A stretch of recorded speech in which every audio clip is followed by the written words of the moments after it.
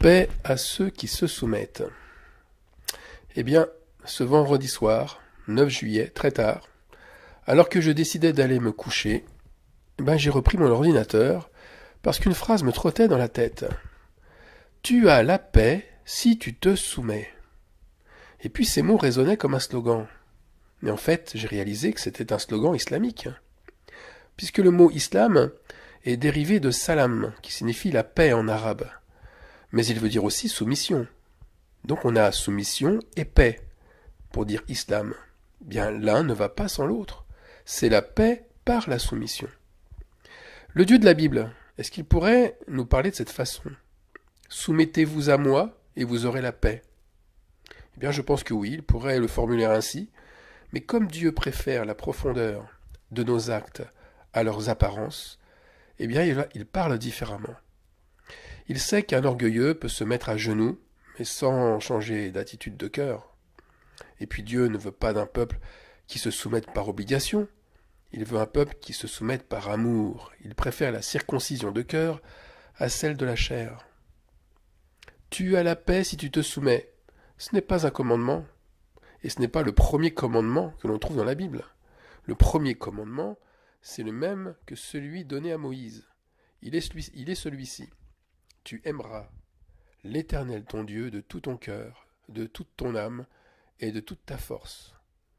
Et ces commandements que je te donne aujourd'hui seront dans ton cœur. Vous voyez, la paix comme la soumission, elle s'octroie par amour, par la grâce. Se soumettre autrement, c'est se placer sous la loi. Et le salaire de la loi, c'est la mort. Alors aujourd'hui, il est triste de constater que la soumission n'est pas l'apanage que des islamistes. Mais que la soumission, c'est aussi un objectif. Et c'est l'objectif inavoué des plus forts. Leur Dieu est là dans la crainte, mais pas dans l'amour. Et c'est pourquoi nombreuses sont les religions qui ont aussi ce fondement principal qui consiste à être soumis à un Dieu envers qui on craint sa colère. Le christianisme, quant à lui, il n'échappe pas évidemment à cette crainte. Il s'est paganisé, d'abord, dans les rites et les coutumes, mais il s'est aussi islamisé dans l'idéologie. Et concrètement, si tu ne te soumets pas à un mouvement comme un mouvement catholique ou un mouvement protestant, méthodiste, baptiste, évangélique, mormon ou autre, tu ne peux avoir la paix avec eux. Et tu ne peux être accepté d'eux. Alors on va élargir un petit peu le débat. L'idéologie islamique a-t-elle touché aussi la République? Sommes-nous aujourd'hui dans une République laïque en France? Eh bien moi j'en doute. La laïcité, contrairement à sa fonction première, celle d'accepter toutes les religions, la laïcité a permis l'émergence et la proéminence d'une nouvelle religion, l'islam. En tous les cas, l'islam est devenue la première religion en Europe. Et un fait révélateur en France. Vous savez que les budgets vont beaucoup plus pour la construction de mosquées que pour la rénovation des églises. Puisque les églises, elles se vident, alors que les musulmans sont de plus en plus nombreux et ils réclament des lieux pour se réunir. Et on le leur donne ces lieux. Et la tendance va même, comme à Lille ou à Clermont-Ferrand, la tendance va même dans le sens de transformer des chapelles inoccupées en mosquées. Mais l'idéologie de l'islam va plus loin, elle va beaucoup plus loin, puisqu'elle s'est ancrée, mais dans les cœurs, et dans les cœurs de personnes à la fois croyantes ou non croyantes. Regardez dans le concret. Notre président de la République nous disait, juste avant de confiner le pays pour plusieurs semaines, et ça c'était le 16 mars 2020, il nous disait « Nous sommes en guerre ». Cette guerre n'a rien à voir avec une autre. Cette guerre nous montre plutôt une dictature. Et curieusement, le slogan de cette dictature serait « Paix à ceux qui se soumettent ». En tous les cas, déjà avant, avec les Gilets jaunes, la guerre était bien visible contre les insoumis, contre les contestataires. Alors, se soumettre, mais se soumettre à quoi et à qui? Est-ce qu'on a de nouveau une guerre sainte en perspective? Je crois que non, c'est plus caché, c'est plus subtil, c'est une guerre souvent sous couvert sanitaire. Ça veut dire que si tu obéis aux consignes sanitaires, si tu obéis aux lois qu'elle va t'obliger d'accepter, tu auras la paix. Mais si tu désobéis, tu auras la guerre. Et par guerre, c'est avant tout l'opposition violente qui va venir des soumis eux-mêmes, qui va venir de ceux qui se sentent sécurisés et en paix dans un système coercitif. Vous savez, celles et ceux qui sont convaincus du bien fondé des lois sanitaires, et qui forment la majorité, eh bien ils deviennent violents avec les opposants, qui forment, eux, la minorité, et qui eux-mêmes réagissent violemment. Alors cette islamisation politique, elle est quand même une réalité. Regardez, le port du masque, les gestes barrières, le couvre-feu, le confinement, la vaccination. En fait, toutes ces restrictions ne sont que des moyens pour t'obliger à obéir. On a appris à obéir. Et les dirigeants n'ont pas cherché d'autres alternatives, ni cherché à ouvrir le débat. Pourquoi ? Simplement parce que soigner n'est pas leur objectif. Soigner n'est pas l'objectif numéro 1. Le but, c'est la recherche de la soumission du plus grand nombre possible. Alors on va faire un petit historique. Historiquement, le confinement a été instauré en premier par la République de Chine. Mais c'est un pays totalitaire et sanguinaire. Qu'ont fait les autres pays ? Ils ont confiné la population, ils ont fait la même chose, ils appliquent la même mesure sanitaire que celle d'un pays totalitaire, sans que cela les gêne d'ailleurs, et sans que pas grand monde ne réagisse. Mais il faut dire, à quoi répliquer, c'est pour la santé de chacun, c'est pour la survie de nos aînés. Le message non seulement est bien passé, mais plus, il est venu comme une loi juste, une loi qui est enrobée de bienveillance. Cette loi sécurise la majorité, et elle crée de la haine à l'égard des opposants, des contestataires qui passent pour des criminels, pour des parias envers leurs concitoyens. Et maintenant, qu'est-ce qui se passe maintenant ? Eh bien maintenant, l'obligation se durcit. Ce qui était annoncé comme impensable hier, immoral, ça devient aujourd'hui obligatoire. En ce 12 juillet, qui est le nombre de la révélation du mal quand même, le nombre 12, la vaccination est obligatoire en France. Elle a été décidée par le chef de l'État, qui s'est octroyé, d'une certaine manière, on peut le dire, les pleins pouvoirs. C'est un véritable diktat que nous subissons.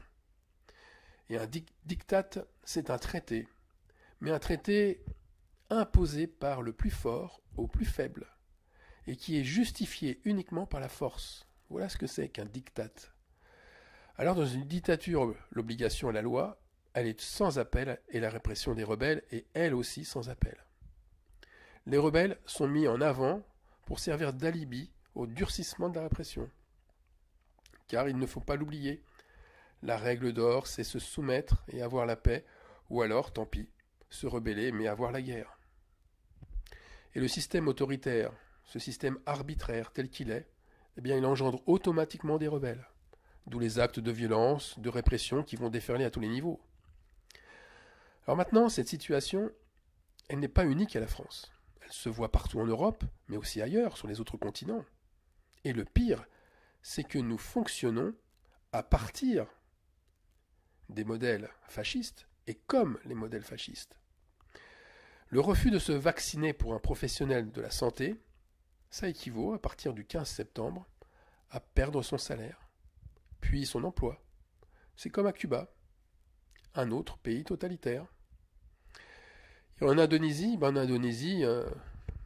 refuser la vaccination, c'est perdre pas seulement son salaire, mais finir en prison. Mais ça viendra aussi ici. Alors face à cette injustice, toujours la même question pour nous, un croyant, doit-il se soumettre ou devenir un rebelle au nom de sa foi ? Moi je crois surtout qu'il s'agit de comprendre ce qui se trame en haut lieu. Le monde s'en va vers une dictature planétaire et rien ni personne ne fera changer cet état de fait. Le Léviathan, ce monstre marin que l'on retrouve dans le livre de Job. Le Léviathan, c'est un dragon, et ce dragon veut le pouvoir absolu, il veut la domination sur toute la mer et la terre.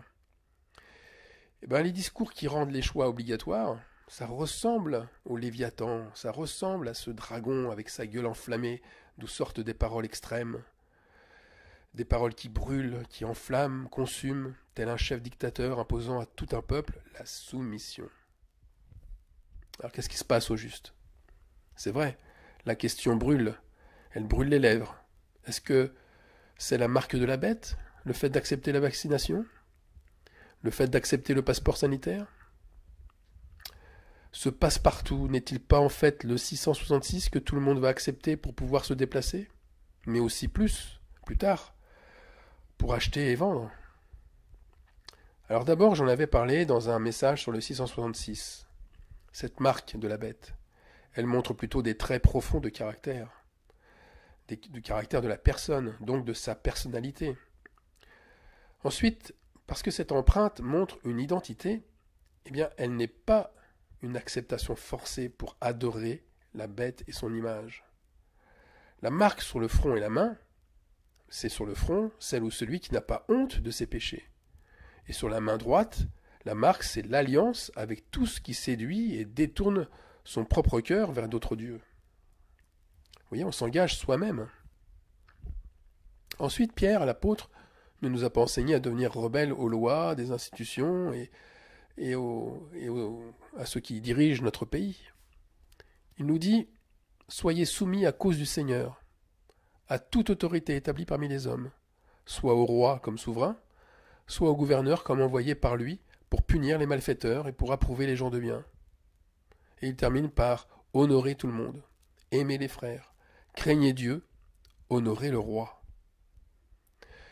Alors pour finir, la crise sanitaire, je pense que ce n'est pas un objectif, ça n'a jamais été un objectif. Par contre, elle a été accueillie comme une vraie providence par le haut de la pyramide. C'est la situation idéale pour arriver à leur fin attendue. En effet, en crise sanitaire, l'économie, c'est vrai, a été chahutée. Mais au final, l'économie a été préservée. Mieux que cela, elle s'est accrue dans les domaines que nos élites souhaitaient justement rendre plus performants. Regardez les plus riches, les milliardaires, ils auraient augmenté leur fortune de plus de 30%. À qui profite la crise? Tiens, un heureux hasard, c'est aux plus riches. Non, ce n'est pas un hasard du tout, c'est un contrôle. Tout est sous contrôle. L'objectif est clair, les grands lobbyistes veulent s'enrichir comme encore plus qu'avant. Ils ont des projets de plus en plus coûteux, les voyages dans l'espace et la cybertechnologie. Tout ça, ça coûte très cher. La dictature sanitaire cachait une autre dictature beaucoup plus forte encore. La dictature économique, qui est dictée par maman, par l'esprit de richesse. Alors nous avons franchi un cap avec la Covid. Nous ne sommes plus dans l'incitation, mais dans l'obligation. Nous ne sommes plus dans la proposition, mais dans la soumission. Vous voyez, on n'incite plus les gens à consommer, on les oblige à consommer les produits que l'on souhaite qu'ils achètent. Et ça va jusqu'à rendre obligatoire le type de commerce. Alors on va prendre un exemple. On veut rendre encore plus prospère l'industrie informatique. Rien de tel qu'une obligation pour les entreprises et les employés de télétravailler. Et au passage, d'acheter en ligne. Parce qu'on ne peut pas faire autrement, le confinement a réduit les stocks des commerces. Vous voyez, tout se tient, tout va dans le même sens. Et aujourd'hui, on voit se dessiner nettement les buts de sa dictature. C'est obliger les gens à changer tout leur mode de vie, leur manière de consommer, changer leur manière de travailler, leur manière d'accéder au transport, accéder aux loisirs, à la culture. Tout ça est transformé. Et tout cela est régi par une dictature spirituelle, qui se voit d'ailleurs à l'œil nu. Cette dictature spirituelle, c'est la pensée unique. Mais qu'est-ce que c'est, la pensée unique? Eh bien, c'est une pensée qui définit de manière universelle ce qui est bien de ce qui est mal. Bien entendu, on sait très bien que c'est le bien qui est changé en mal et le mal qui est changé en bien. Mais on connaît aussi les mots, aujourd'hui, à bannir de notre vocabulaire. Par exemple, tout ce qui est discriminant, sectaire, sexiste, raciste, homophobe, transphobe, islamophobe, etc., etc. Ça paraît une bonne intention, certes, sauf que montrer du doigt les coupables engendre une société de délateurs et d'hypocrites, puisqu'on ne fait que de cacher le mal plutôt que de l'anéantir. Et le mal grossira de toute manière. Alors, le vrai but est ailleurs. Le but est pour un petit nombre d'élites, on l'a vu, des milliardaires, des assoiffés de pouvoir. Ils veulent régner sur un grand groupe de citoyens qui va dépendre entièrement de leur intérêt personnel. Et comment vont-ils servir leur intérêt personnel en premier? Eh bien, le plan est là, en bâtissant une race entre guillemets supérieure, comme le nazisme d'ailleurs le voulait, mais le nazisme a échoué.